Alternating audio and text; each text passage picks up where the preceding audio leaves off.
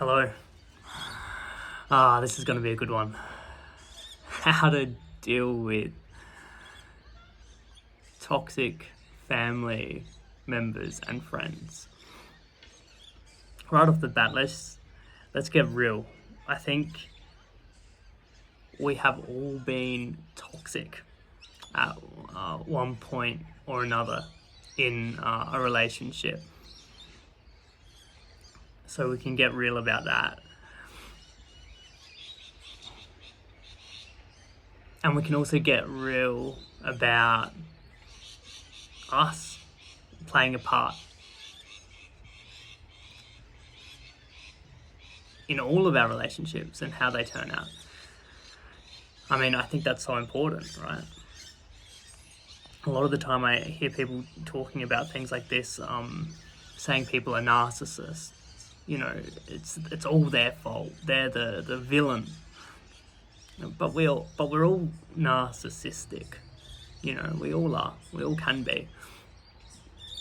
And what's empowering? Like, is it empowering to say that person is a bad person and I'm, good and pure? Well, for a certain part in somebody's journey, it could be. Like, maybe they do need that, right? And they actually just need to, see things in that way. That's a higher level of truth than what they've been living in. Maybe they've been living in some kind of ignorance or denial or ignorance or denial or naivete about who this person really is. Maybe they've got this idea of who they want them to be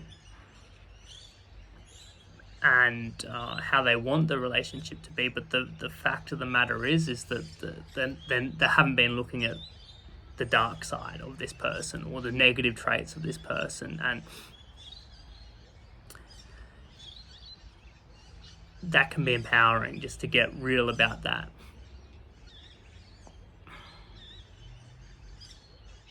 And I think we all have negative things that we think, that we feel, that we even sometimes act on. So I don't think it's so much as that's what makes someone toxic in a relationship. I mean, what it more so is for me is that they don't have any care for changing or transforming or healing, and that they don't want to, and they're not going to. I think that's what makes it toxic.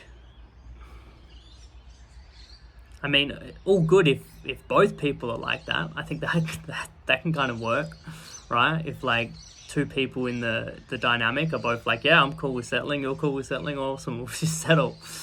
We'll just be dysfunctional. We'll just be, low level. Cool. But it's when, one person is, here, to heal and to grow and to expand in this life, and the other person isn't. Why is that bad? Because they just don't go together. They're like chalk and cheese. They're opposites. And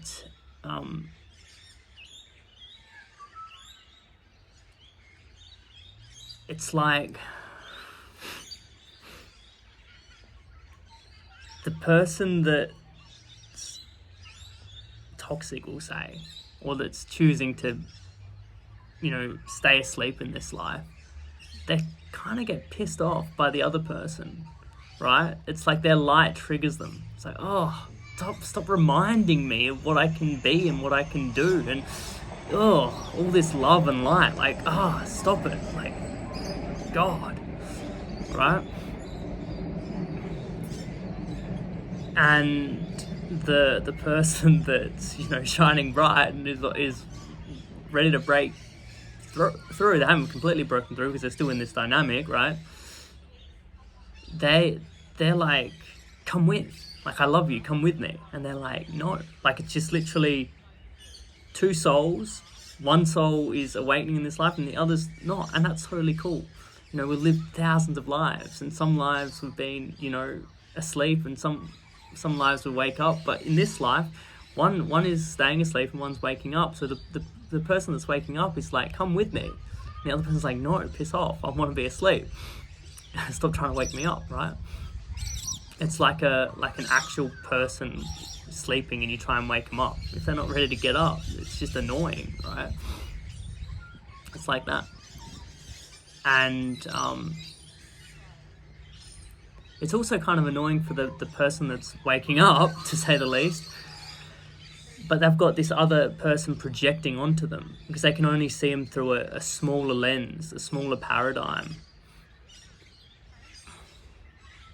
So that person, the higher being, the more conscious being, for example, could be like being loving, or could just be being like free-spirited, or caring, or something like that. But through this like this other person's lens, which is like this lower, narrower, dense lens of the world, maybe, you know, maybe they perceive it to be like this hostile world. They project out onto them something negative. So like something small, like, oh, they're like doing this as a power trip, or this is an act, or something like that. And you know, I've done this too with people that are at a high level to me. It's just an unconscious thing. Like, I'm trying to figure them out. I'm trying to work them out. And unconsciously, I'll kind of be like bringing them down in my mind. And for the higher being in this relationship, in this dynamic,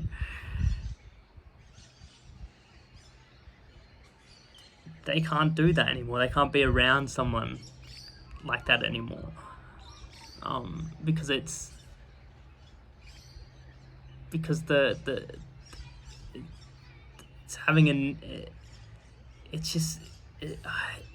a negative effect on them, and it's not the best way for them to spend their time or their energy. You know, they don't want to do things that are hurtful or harmful for themselves or for life in general. And they have to part ways. Now, getting back to the title, how to actually deal with, you know, toxic friends or toxic family. You know, there's so many things that people will say to do. You know, you could like cut cords energetically. You could do a whole bunch of energetic work and healing work and introspection, and you know, go to therapists and everything like that. And I think that's all good. Like, if it's there for you and you feel called to, I think, again, like, you should do that. You should do everything that's been presented to you to help you in your life. And also, it's like completely and totally up to life, like to God, when this all happens too.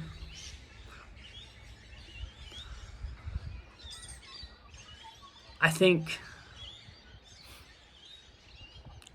here's the big thing. I think ultimately the best thing you can do to deal with toxic family and friends is work on yourself. Like, work on raising your own frequency. Work on like treating yourself with love and being loving toward yourself in all the ways that you know how to. Yeah. Whether that's diet and you know, working out, and your health, and also your spiritual practice, and your emotional practices, and you know, inner child work, and all of that stuff. Do everything you can to raise your own frequency. Why? Because when your own frequency has risen, you can see things clearly. And when you're loving towards yourself, you know what love is, right? Oh, that person's just not being loving towards me. They can't. They're incapable of it. And then naturally, these relationships fall away. They don't have any purpose anymore. And it's not always a clean falling away. Sometimes it's a conversation of like, I'm sorry, but this is not working for me and will not work. And again, usually this comes after so much trying and so much pain and all the rest. But yeah, when we're loving towards ourselves and we're living in truth, we know the truth, and we live the truth. So it's kind of like, yeah, we can continue this relationship when you are capable of being loving, but until then, no. That's really what it is. I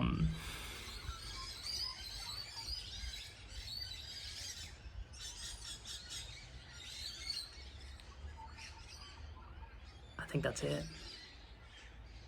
it. That's the best way to deal with toxic friends, toxic family members. Yeah, be loving toward yourself, raise your own frequency, and yeah, the rest will happen.